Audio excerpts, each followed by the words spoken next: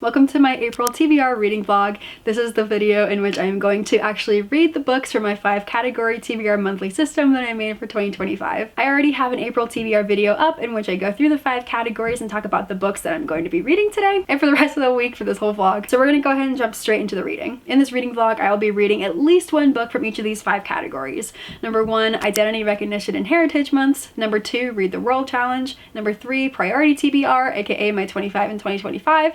Number 4, Continuous Series, and number 5, any other book on my physical TBR. This video is going to be a bit of a challenge for me in a lot of ways. Number 1, I gave myself like 8 days to get all of these books in before I want to move on to the next thing, and that's normally wouldn't be a problem, but it really is right now because number 1, I am getting over sickness. I'm sure you can hear it in my voice, so I'm not like being able to focus on a ton of things at once right now, and then number 2, it's actually my busiest time of the year. I'm a wedding and portrait photographer, and spring is just absolutely crazy for me. I have weddings, I have graduation sessions almost every single day. I'm editing all day every day. This is usually when I want to do nothing other than just like zone out.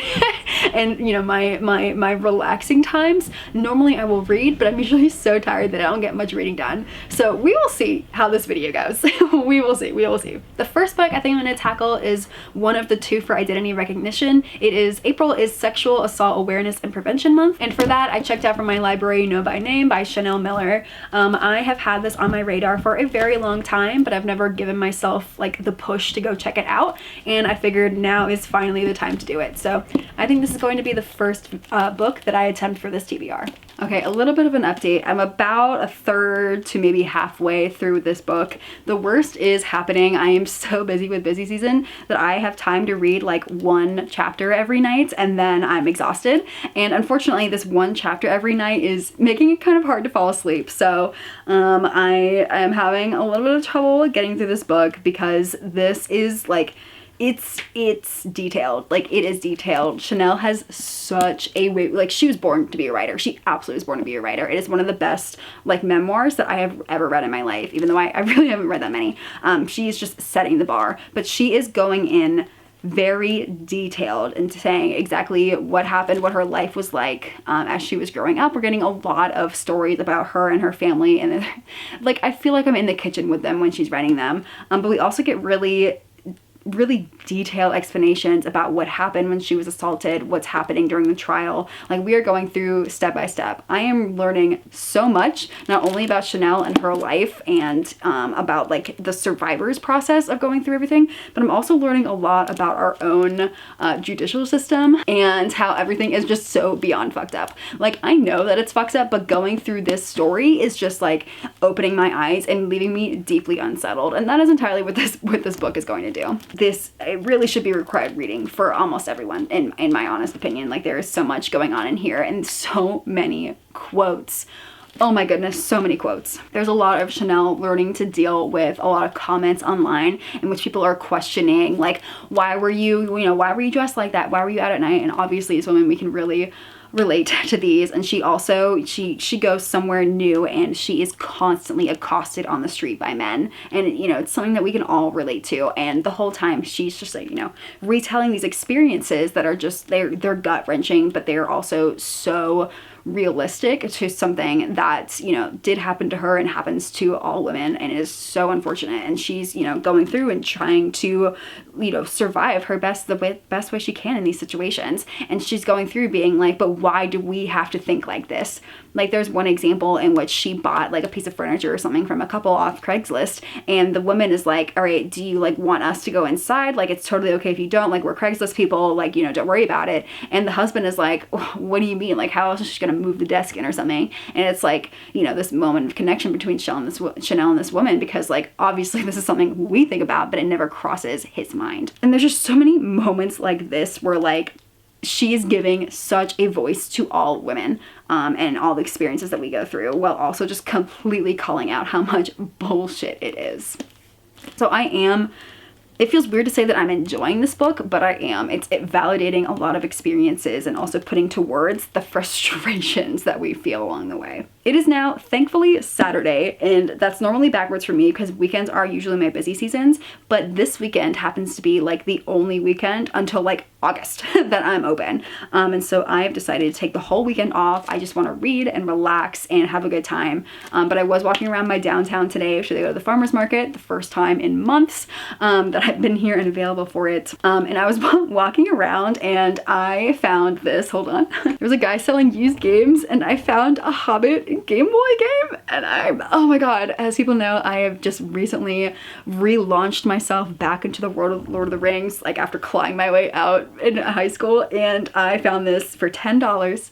And I think I was going to read for the rest of the day, and I probably will read quite a bit, but I think now what's going to happen is I'm going to pull out my old Game Boy and put The Hobbit on the TV and just play a little bit. I haven't been able to play any of my video games in so long, so I think this is going to be a bit of a gamer weekend. Also, side note, a goal that I have for myself this year is to watch all of the Star Wars universe. It's something that I was into in high school and again just haven't gotten back into. And so I'm going to visit my friend next weekend and she wants to take me. They're re-releasing the episode 3 into the movie theaters, but you watch it 6th. And so I have 1 week to watch episodes 4, 5, 6, 1, and 2 before I get to her. And as somebody who like never has time to watch movies, I'm gonna be struggling with that. So that's gonna take out some of my reading time this week, which unfortunately is when I really wanted to be reading that stuff. So we'll see. But for now, I am going to go have some cozy gaming.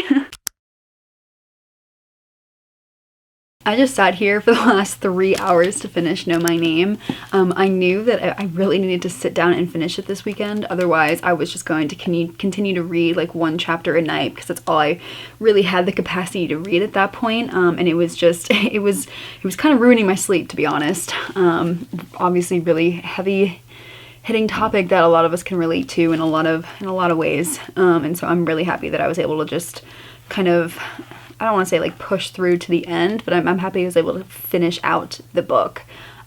This is so incredibly well written and it's just given so many details that I've never learned in all my time. And I am so happy that she's able to share her story and the effects that she has had. She even has a line in here being like in a way that she was prepared for this to be her because she is, you know, she comes from a line of writers. She's prepared to share her story and she had the support network that a lot of people don't have. And that, you know, a lot of her life outwardly has been defined by the sexual assault, but that she's going to continue to move on her life and she's only gonna let that take up part of her. There are so many quotes I wish I could share from this book, like absolutely so many, but I will read you one that kind of feels like what this whole book is. This is on page 240. They tell you that if you're assaulted, there's a kingdom, a courthouse, high up on the mountain where justice can be found. Most victims are turned away at the base of the mountain, told they don't have enough evidence to make the journey. Some victims sacrifice everything to make the climb, but are slain along the way, the burden of proof impossibly high. I set off, accompanied by a strong team who helped carry the weight until I made it the summit, the place few victims reach, the promised land. We'd gotten an arrest, a guilty verdict, the small percentage that gets the conviction. It was time to see what justice looked like. We threw open the doors and there was nothing. It took the breath out of me. Even worse was looking back down the bottom of the mountain, where I imagined expectant victims looking up, waving, cheering expectantly. What do you see? What does it feel like? What happens when you arrive? What could I tell them? A system does not exist for you. The pain of this process couldn't be worth it. These crimes are not crimes but inconveniences. You can fight and for what? When you are assaulted, run and never look back. This is not one bad sentence. This was the best we could hope for. It gets better from there, but that's just a small quote of how she uses literary devices within her own writing to just make it so visual for you. Like throughout this whole book, she is fighting for her life in this trial. There's a lot of things that are set up against her and the rage that you just feel on every single page for her and for every other victim out there. And she creates these visuals, she tells her own little stories and creates these little stories that make it easier for us to just completely see. So part of it is this kind of figurative writing that we can relate to, and the other part of it is the gruesome details that she actually went through. So I am so incredibly honored to have been able to finally read this book, and I cannot suggest it enough, either now or save it for next Sexual Assault Awareness and Prevention Month next April. Either way, I'll definitely add this to your list. It is now Sunday afternoon, and in about 20 minutes I am leaving to go to the movie theaters to watch the Pride and Prejudice 20th anniversary screening. I do a lot of things on my own, but this is gonna be the first time I've ever been to the movies on my own, so I'm really excited for it. I'm gonna pack some snacks and go watch my favorite comfort movie ever, especially after reading that. But I think when I get home, I'm going to edit another YouTube video and hopefully just spend the rest of the night reading, because I want to get as many books as I can. So I think the next book I am going to go for is my other Heritage Month for April, which is Arab American Heritage Month. So I think I'm going to read We Are Not Here to Be Bystanders. I feel like I don't think I can do a fantasy or a romance right now after Know My Name. So I feel like this is going to be hopefully something that I will want to read tonight. Okay, I just got back from the movie and I had the best time. They were handing out these posters as we were checking in, like scanning in our tickets, and I'm so happy. They apparently ran out because some girls sat next to me like 10 minutes before the movie started and they were like, "Where'd you get that?" So I guess they ran out. So I'm so incredibly happy that I got that. But wow, that was like, oh my god, it was like such a moment of girlhood. There were like maybe 4 boyfriends in there and then like 50 women. I loved those odds. That was so great. You know, even as like the movie started, like everyone was so deathly quiet. Like you could hear the bird song chirping and people like holding in their breath. Like you can hear that everyone was so excited for the movie to start. Everyone was laughing at all the right moments. I really don't ever have anybody to share Pride and Prejudice with, so being able to watch that movie with clearly a lot of fans meant the absolute world to me. People were laughing the whole time, like just like the happiest laughter. People were like, like in all the right moments. I mean, it was just like of the full range of emotions of watching the movie, and I've seen it so many times that I absolutely have it memorized, and clearly a lot of other people do too, because people would start giggling like a few seconds before something would happen, or like a new scene would start and somebody would be like, "Oh, this is gonna happen here." There were quite a few people in there that were friends introducing their friends to the movie for the first time, because some people were like I could tell they were experiencing it for the first time. Like their gasps were of like true shock, so people were getting really into the movie. And I know there's like sometimes like a barrier to entry of the way that they talk a little bit differently, and there's a lot of like layers of subtext happening, but people really seem to be getting it. And towards the end, during the sunrise scene, as Mr. Darcy is walking through the fields, I heard at least 4 different people crying. Like they were sniffling. The girl, like two seats to my left, as soon as Elizabeth opened up her eyes in the morning, I saw her just like sit forward. She was ready for him to emerge out of the mist. Oh my god, it was so great. And as the credits started rolling, I just sat there and kind of listened to everyone's conversations, and I overheard so many good things. I overheard, "All right, well, welcome to the world of Pride and Prejudice. You can never go back." I heard, "He is now the standard." Yes, he is the standard. And there was a group behind me. They were like, "Man, I wish like this friend had joined." And they go, "Well, it's on Netflix." And somebody else was like, "Are we really about to go home and watch it again right now?" And somebody was like, "I think we are." And they all were giggling. So I hope they did do that. That would be great. They were like double feature. That was really great. What else did I hear? I definitely overheard some older ladies as we were walking out, and they were talking about like, "All right, the first time I saw Pride and Prejudice," and they were like telling their first stories of watching it.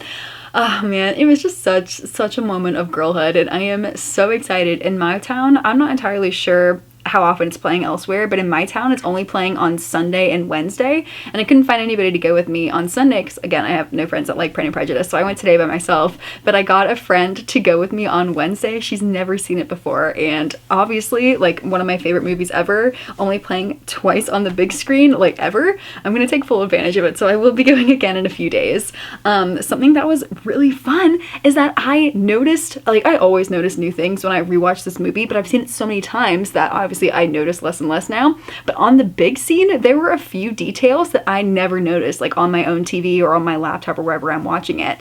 Especially, like I noticed most of all when there's like animals in scenes. Like there are certain like scenes like inside Netherfield Park and inside even their own house. I'm like, wait a minute, there's a dog right there. Has that dog always been there? Or there's one of Lydia like petting a cat. I'm like, have you always held a cat in this scene?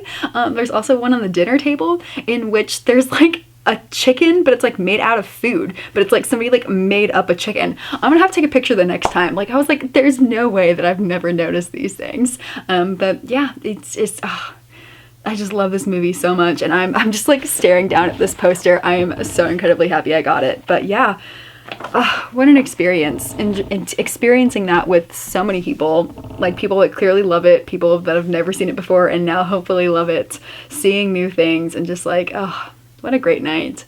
I think I'm gonna go edit a YouTube video, and I don't know if I'm gonna read tonight or not. Like I kind of feel like I'm on a high right now, and I don't really want to bring that down. So maybe I'll read tonight, maybe I won't, but yeah, I'm so happy.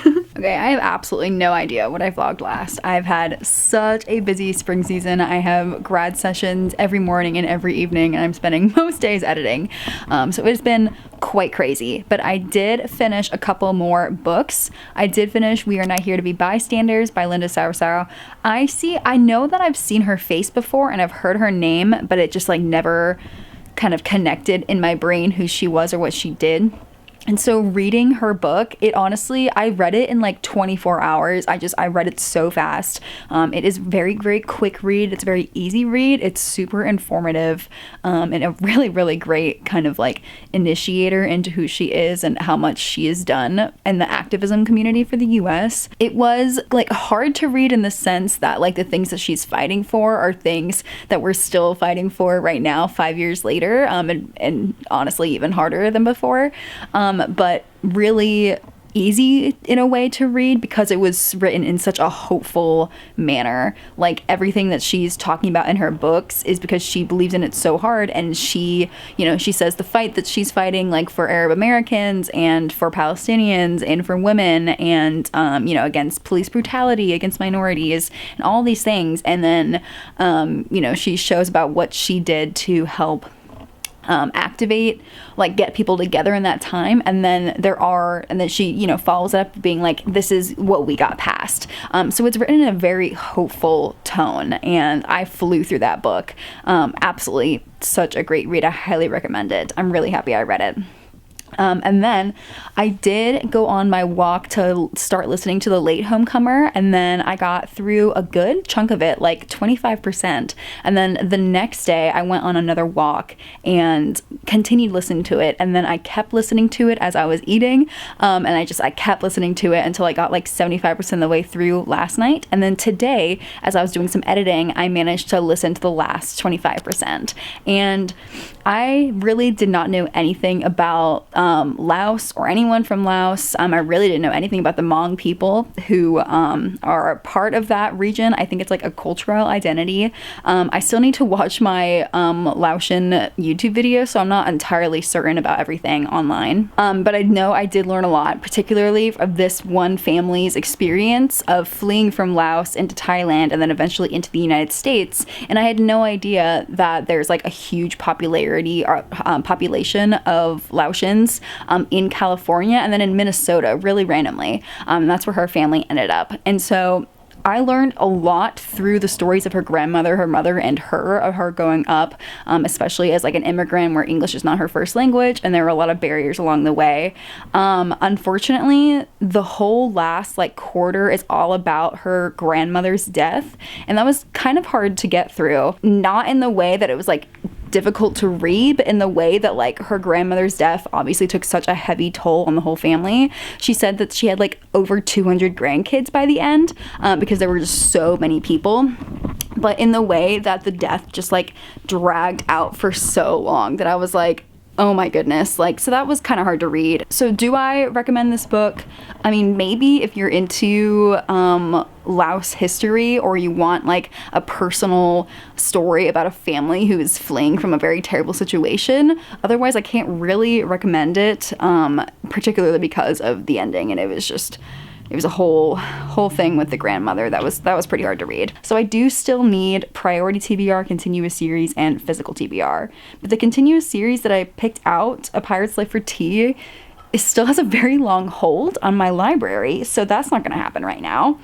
So I think next I'm gonna do is Priority TBR, and I'm really feeling a Siri in the Amaru right now, particularly because I'm going to go to an event in like 2 months where Natalia Hernandez is going to be. So I feel like that's gonna check off 2 boxes really nicely. Alright, so later that night I went back to the theaters to watch Pride and Prejudice in movies again, but this time I went with my friend who had never actually seen it before, and I loved watching it with somebody I know that I love, watching it for the first time ever. She didn't know the story at all. She's really only seen like a few kind of Regency things, but had never seen anything Pride and Prejudice or anything Jane Austen. And so her like in shock, like turning towards me and being like, what? Like she was so invested in the story. And afterwards, as we were walking outside, she was questioning me, like, why did this happen? Like, what about this? Like, she was really into it. And so watching the movie again in theaters, not a lot of, I think there were more people this time, but it was a lot of a younger crowd. It was a lot of college kids. And I think most of them had seen it before because everyone was like saying the lines out loud. Not a lot of like people reacting to it, so I think there were a lot more people in there that have seen it before. There was even a large group of girls behind us that were like, yeah, like it's not like we all haven't seen this a million times. Somebody said that. So it was still really good, and I absolutely loved seeing it in theaters again. And even though I've seen that movie like 100 times, it was that viewing in which I overheard the dad say, like, mumble something to himself, and I'm like, I've never heard him say that in my life. So even here we are, still noticing new things every time I see it. So that was really great. And then I went home that night and read like the first few chapters of A Siri in the Amaru, and then yesterday I literally read the entire rest of it. I couldn't stop reading it. I think I was also really tired because I've been working an insane amount this week, and I didn't want to look at my computer anymore, and so I just like lied down and read this. And then last night I finished it out, read the last little bit. I overall gave this 4 stars, which is a really good rating from me, but not like to me there was a lot of equal good and bad things, but the good are just, it was enough for me to tip it up to a 4-star. So this is, I don't think I even told you what this is about. It is a romance novel set in Peru. I don't exactly know what time period. There's no electronics or anything, so I'm assuming, pre-electronics Peru, and it's a lot about like Peruvian mythology, Incan mythology. So this story follows a Siri here, and she can speak to animals, and he is a vet, and so obviously like they're gonna get together and it's gonna be very cute. I really loved all of the mentions of the Peruvian animals. Like in the front of every chapter, they have like a hand-drawn animal, and it in Spanish and in English, so that you know what they are called. And also like throughout the cover, like going through all of these animals that they're holding all play role into the story, which is really, really cool. I loved how animal focused this book was, and how each of the animals honestly had their own personalities. There was also like on a ton of pages, like a lot of pages, there'll be footnotes. Like this one is, she's looking for a specific plant and says, yes, there's pink pepper trees. I don't eat the berries, but some of the birds do. They act funny afterwards. And that's a mouse talking to her. And then the footnote at the bottom says, birds that eat pink peppercorns are often reported to act drunk afterwards. Cheers to them, honestly. So some of them are like explaining the mythology, because she'll go in and she'll talk about Peruvian mythology, Incan mythology, and then will give a footnote explaining who it is. There's also a ton of Spanish words in here, and she'll have footnotes explaining either their direct translations, or more likely like this is what they directly translate, but in this scenario it means this kind of a thing. So people like me who like have a level of Spanish, understand the words, I wouldn't know the context for like what they mean. So all of that is just, I loved it. I loved every minute of that. There were a lot of laugh out loud moments. It was a really lighthearted, cute book, and I really loved that. Problem is, I think she was trying to do too much in too little time. Like, I read this so fast. It's less than 300 pages. It's like 280 something. There was just too much going on. Like, we start out in the beginning, our main girlie is out on a mission, and it turns out that her father is kind of like a shaman, and he has all these magical people under his control, and he makes people pay money for her to use her powers. And I'm like, okay. But she goes out on her last mission, and she has like these 3 animal guides that help her go into the 3 worlds, kind of like in Greek mythology how there's the underworld, our world, and then like the Olympus up top. There's an Incan mythology kind of similar, in which there's like our world, like the tierra, the earth, and then there's also like the kind of like the shadow world where death is underneath, and then like up in the stars where the rest of the gods are. So it's very similar. And with her animal guides, her body dies and her spirit goes through each of the realms to predict the future. And I'm like, what? Like, okay, going through this, like, there was no inclination of this on the back. I had no idea that was going to happen. And this is like the very first scene. Like, this is what we open up as. And I'm like, okay, this is really, really cool. But I thought she could just talk to animals. I didn't realize that, like, she could soul travel to tell the future. Like, that was heavy. And so she's going on this trip, and then, you know, obviously her father is very evil, and so he doesn't let her leave, and so she escapes, and she goes, you know, she spends a month traveling to the sea to get away from him. And so they don't meet until, see, I'm here, they don't meet until page 50. Like, the couple doesn't meet until page 50 out of 280 pages. So, like, I wish she had picked one. Like, either have this person be this amazing, like, spirit traveling, animal companion talking, like, guide who can tell the future, or have her be, like, somebody who just talks to animals. Like, it felt like too much. And, it felt like there was so much going on, because also these two together discover an Amaru, who is a mythological Incan animal.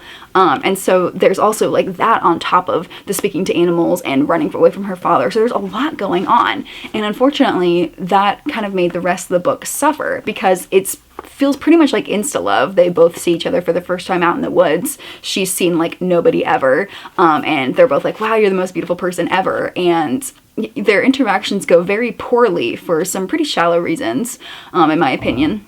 And like, but they keep trying, and it feels pretty insta-lovey. So there's too much going on. So I didn't really, like, I think they're very cute characters and I liked them, but like there wasn't enough time for them to develop their relationship at all. Like, I didn't really believe, like, by the end they're telling each other that they love each other, and I'm like, how? Like, literally how?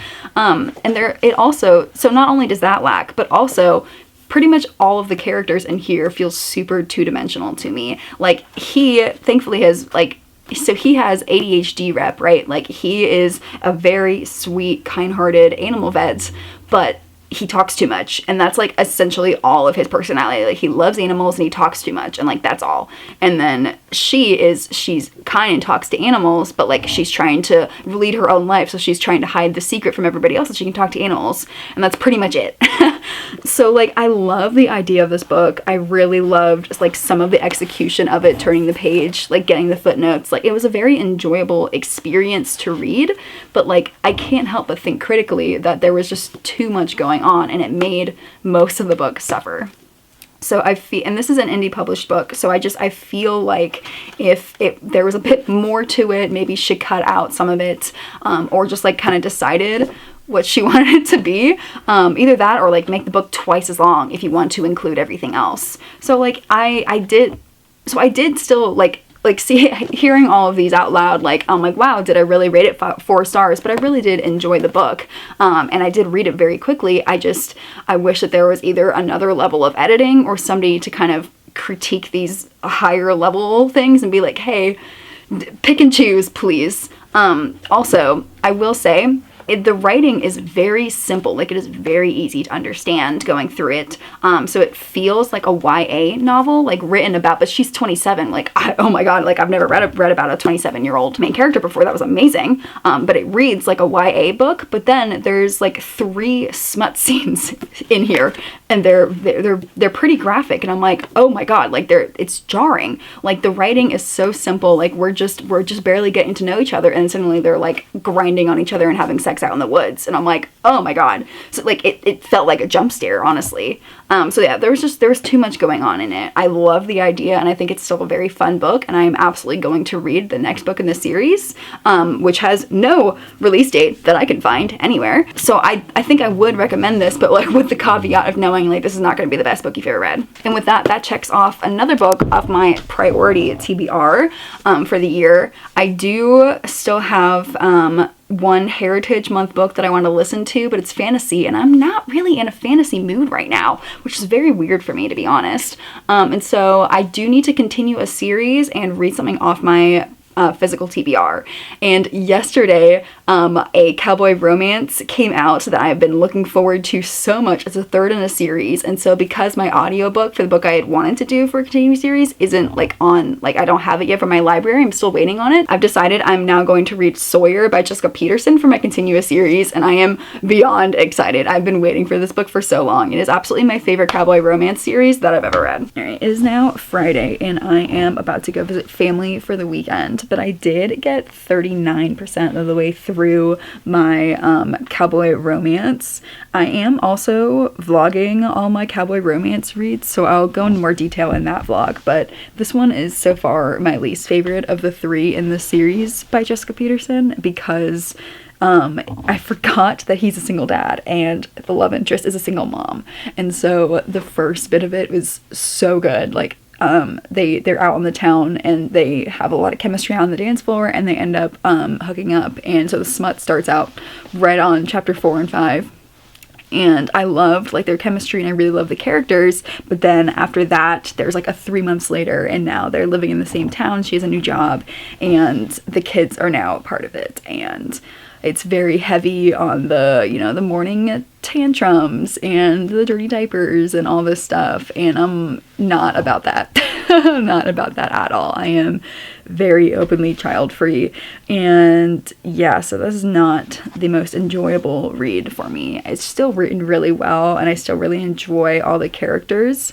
and the setting that they're in, and I love, like, you know, the world that she's created, but this one is just unfortunately not going to plan, but that's okay because I really did want to read this, and it did just come out 2 days ago, so I'm happy I'm like actually reading something as it comes out. I'm never this on prompt, so I'm hoping to finish it this weekend while I'm away, and then I'll come back and read something off my physical TBR. Okay, I have good news, medium bad news, and bad news. The good news is I finished Sawyer last night. I had to take a few more days off. Work is just getting so busy for me. But I did finish Sawyer last night. The medium bad news is that I did not enjoy it like whatsoever. I will go more into detail about it in my cowboy romance vlog, but the basics are I could not relate to them or their story whatsoever, and unfortunately, the only plot is that these 2 single parents are just like, man, my toddler is so hard to take care of right now. I'm so lonely, but should we get together? I want to, but I don't want to.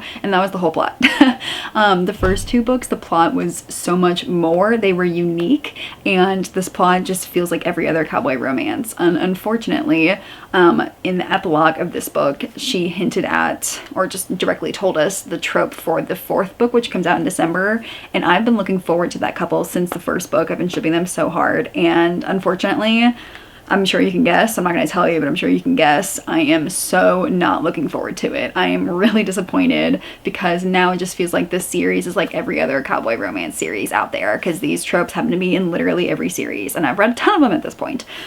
So I'm pretty sad about that. So that's medium bad news.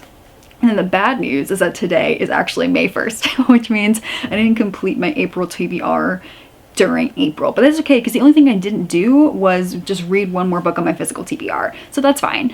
So I am going to kind of combine things just because I don't have too much time left. So my last thing for my physical TBR, instead of reading any of the books that I really wanted to read, I am going to continue with my cowboy romances because it's the last one I wanted to read for the spring. And so I had this come in the mail pretty recently from my Barnes & Noble pre-order, and it's going to go by pretty quickly. It's going to finish a series. It's going to check off a lot of boxes for me. So I'm going to start this hopefully tonight, and hopefully I can finish it pretty quickly. That way I can check off another book off my physical TBR, and I will be very happy about that. Forgot to mention that today I've been finally watching all of the Lao YouTube videos that I had set out to watch.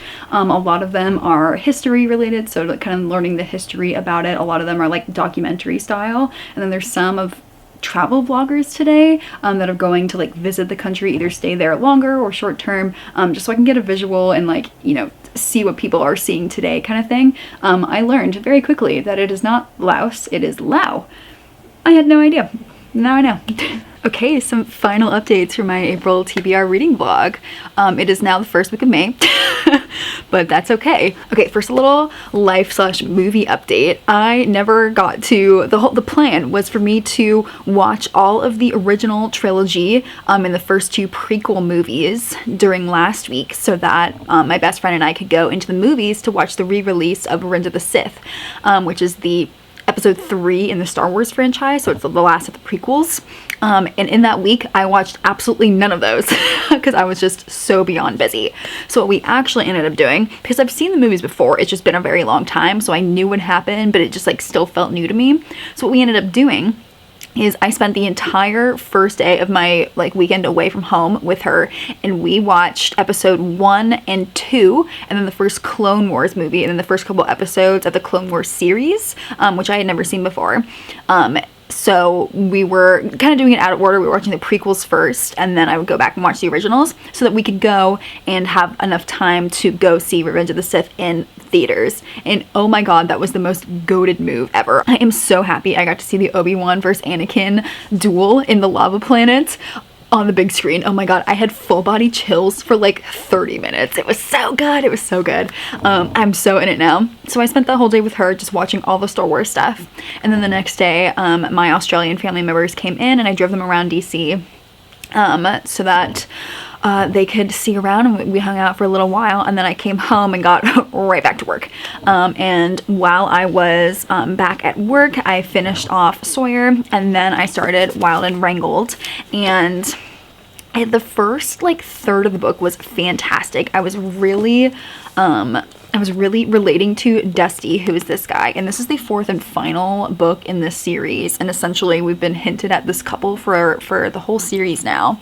She is the mother to the child of the single dad in book 2, and she's a lawyer, very type A. In the end, Lila Sage actually does all of their zodiac signs, and she's a Capricorn, so in a lot of ways I really understand her, but in a lot of ways I also really don't, because this whole thing is that it's a second chance romance, and they're each other's first love when they were 18, 15 years ago, and now 15 years later she has her child, and she's just like, you know, just got left at the altar in a marriage that she didn't love, and he has like never stopped loving her, and he like left. He wanted to go do seasonal work, and he's been doing seasonal work around the world as like a cowboy and a foreman and whatnot for 15 years, and so now he's back in town, and they both like clearly still have love for each other, but they're afraid to let it happen.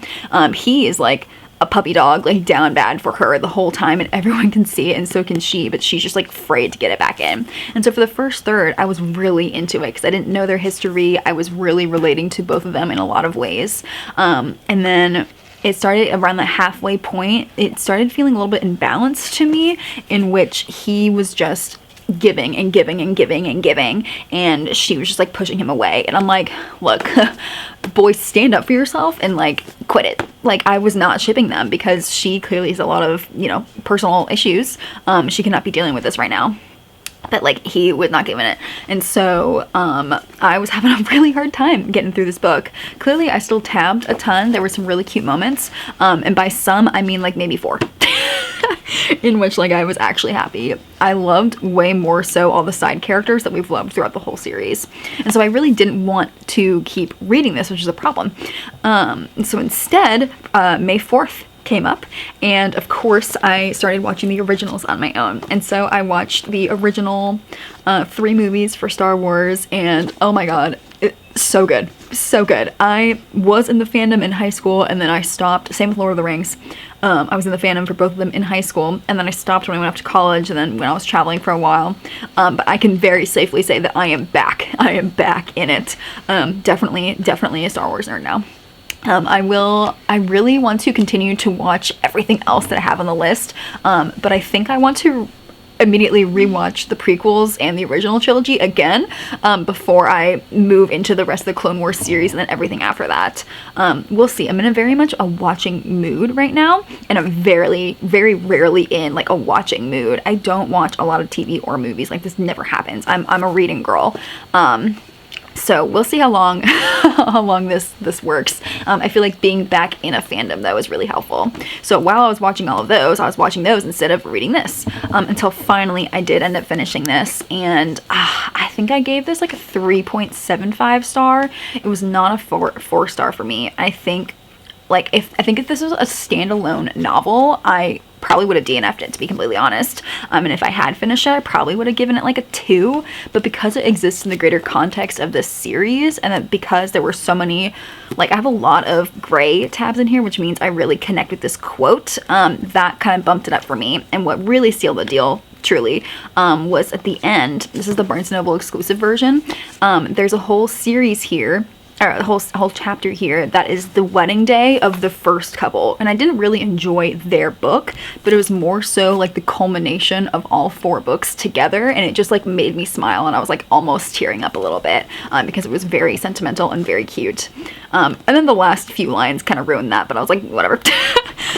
So that is another book checked off of the physical TBR. Finishes off a series. This is going to finish off my cowboy romance vlog that's coming to you pretty soon. It's a long one, let me warn you. But that will finish off this April TBR reading vlog, even though it is now like the first week of May. That's okay. I am very happy that I got through a few more books. I would love to get through more of my physical TBR, especially because I leave for my next travels in like 2 weeks. So we'll see what happens, but I'm gonna end it off there. Thank you so much for watching this one. Hopefully the next one, I was gonna say that hopefully the next one is less chaotic, but it will be. That is just my life right now, and that's okay. But thank you so much for watching this video, and I will see you in the next one.